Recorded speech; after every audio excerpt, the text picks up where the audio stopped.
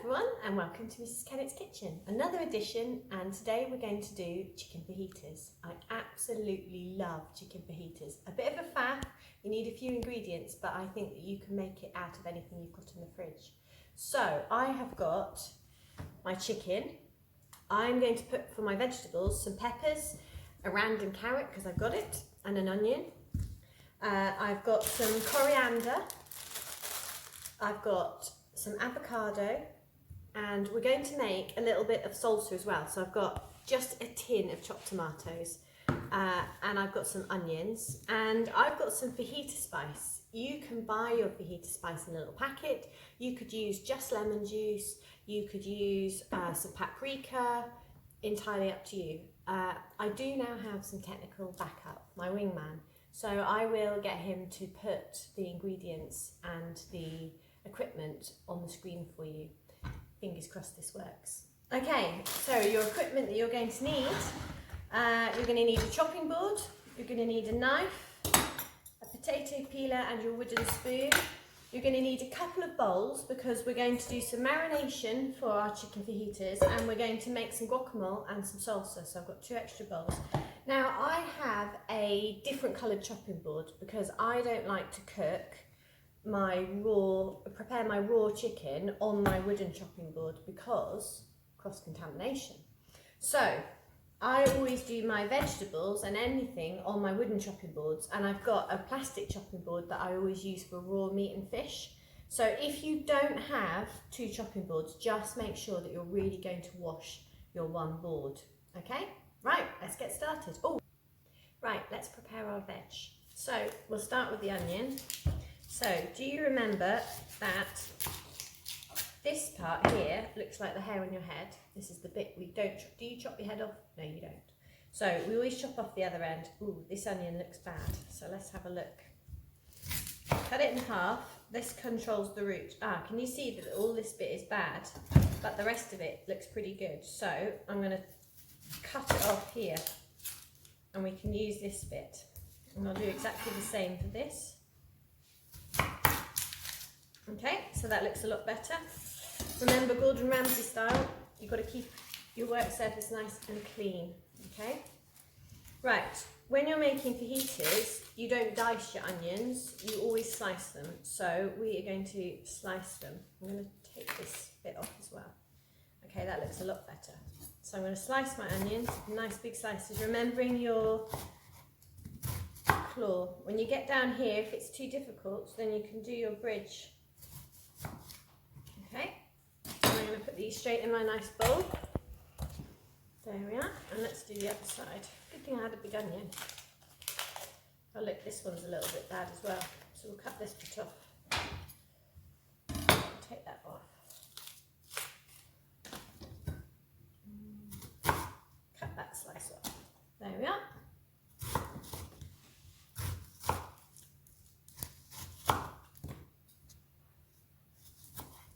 Okay, right, onions in. Now the peppers. Okay, so we're going to take the top off the pepper and we're going to cut the pepper like a square. Okay, so that means that it will be easier. The peppers will be nice and flat. So I'm basically going around and thinking of the pepper as a square. Okay, and then the last little bit here. Then I can turn this end bit over and just cut that bit off. Now that's all your core, so we can just get rid of that. And this bit here, we can just pop this out. Okay, and now we're going to julienne. Okay, so that means nice and fine. Okay, so you can either, so you want nice, fine, thin battens. And you can see, because we've made the peppers like this, it's nice and flat. Always do it skin side down. And always remember your claw. Right, now the carrot. So remember peeling your carrot, so you're holding it away from you, you're going all the way around. You can use, instead of using carrots, you could also use courgettes. It makes it go a bit further because the fajita mixture tends to sweat down and you run out of veg. Right, keep your board clean. Into my waste bin. Right, I'll cut the ends off. Okay, now we're going to cut the carrot in half and we're going to make it into our battens, okay? So we're going to cut it with our bridge like this, okay? Then just take one bit at a time and then slice it into your nice thin slices, okay? You want the carrots to be fine because they'll take longer to cook. Right, so the carrots are in, so I'm just going to give this a mix. Okay, so you've got all the lovely veg. I'm going to add a little bit of olive oil. Nice good drizzle. Okay, and I'm going to add some fajita spices. Oh, it's stuck. There we are. And I'm going to give this a nice mix so that all the fajita spices are nicely coated. Okay, and then I'm going to let this sit here while I prepare the chicken. Right, let's prepare the chicken. Right, okay, now we'll prepare the chicken. So if you noticed, I've changed my chopping board. Now I haven't actually washed my knife because I've done vegetables and now I'm going to meat. That's okay. If I go from meat to vegetables, then I need to wash my knife and wash my chopping board.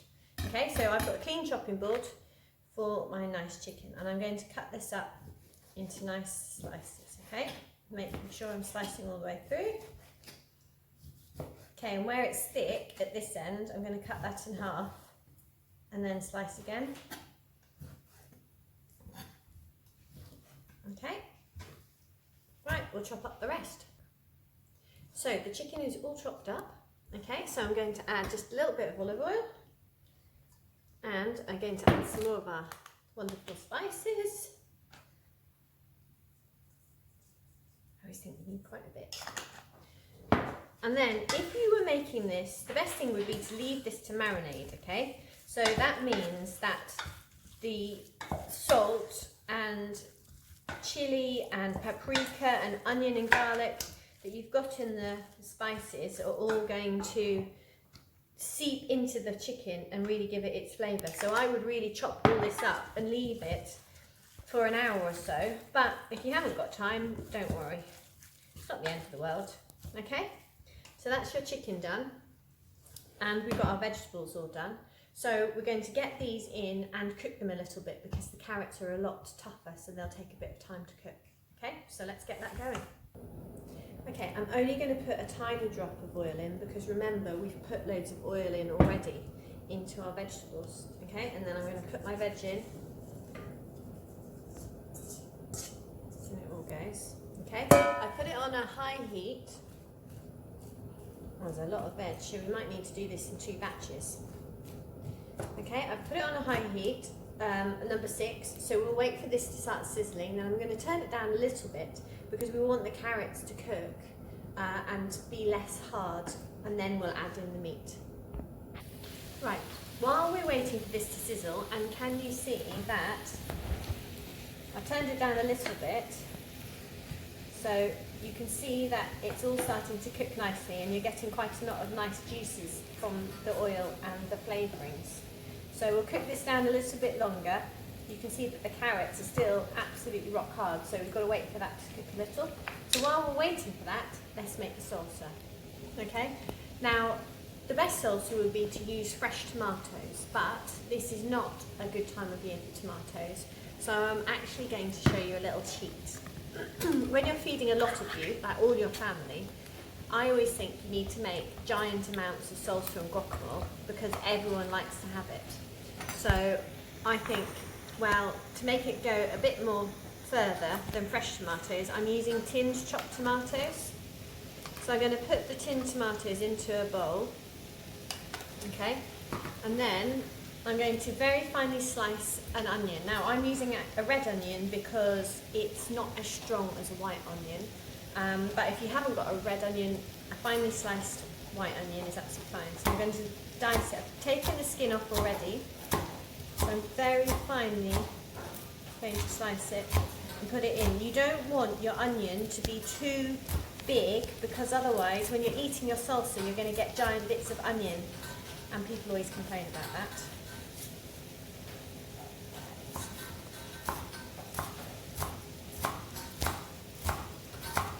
Okay, like that, in it goes. Okay, I'll just chop up the rest. Okay, so there's my onions all chopped up. Now I'm going to do crushed coriander. You can get coriander in a bottle in the fruit and veg section. It's like a squeezy tube, really cheap and really handy to have in the fridge because you can use it for everything. Right, I'm going to roll all of this up, the stalks and all.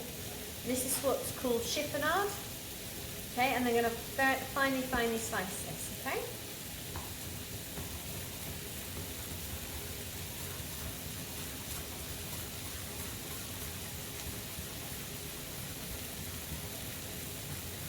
Right, now I'm going to turn this around and I'm going to use my knife and I'm just going to rock the knife over to make sure that it's lovely and diced, okay?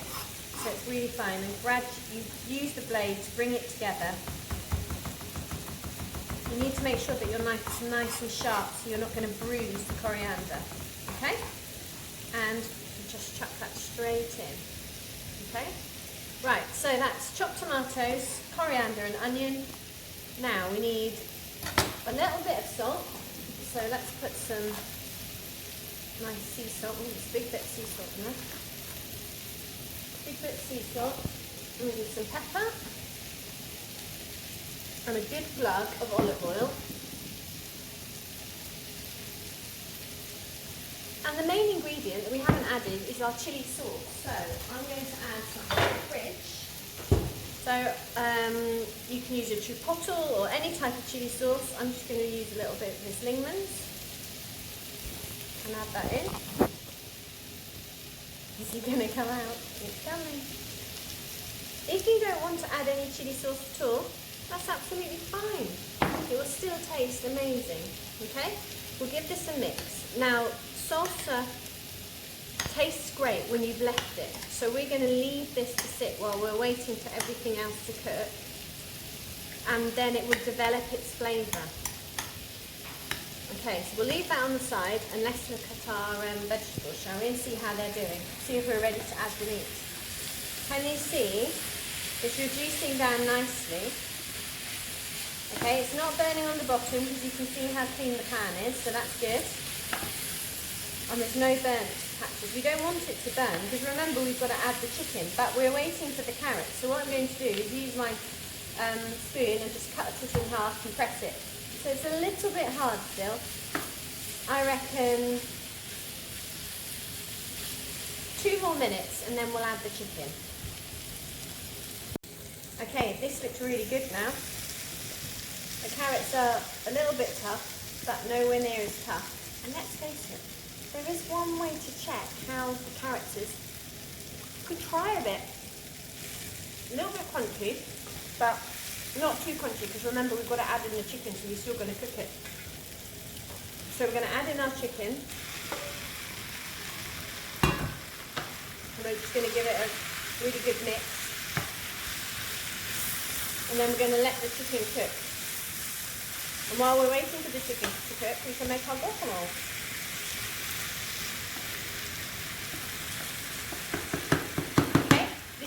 Quite a high heat, so it's like a number 5 on your cooktop, so that's not going to burn, but I don't want to turn it up anymore because I want to make sure that the middle of the chicken cooks. Okay, let's do our guacamole, shall we? So this is what your avocado looks like inside. So you've got this big stone, so we're going to cut it in half. I love guacamole. Okay, take out the seed, put that in our rubbish. And we're literally just going to put our fingers around the skin and just, with our thumbs, just pop out the avocado. Okay, all this lovely bit you can put in your bowl, let's not waste it.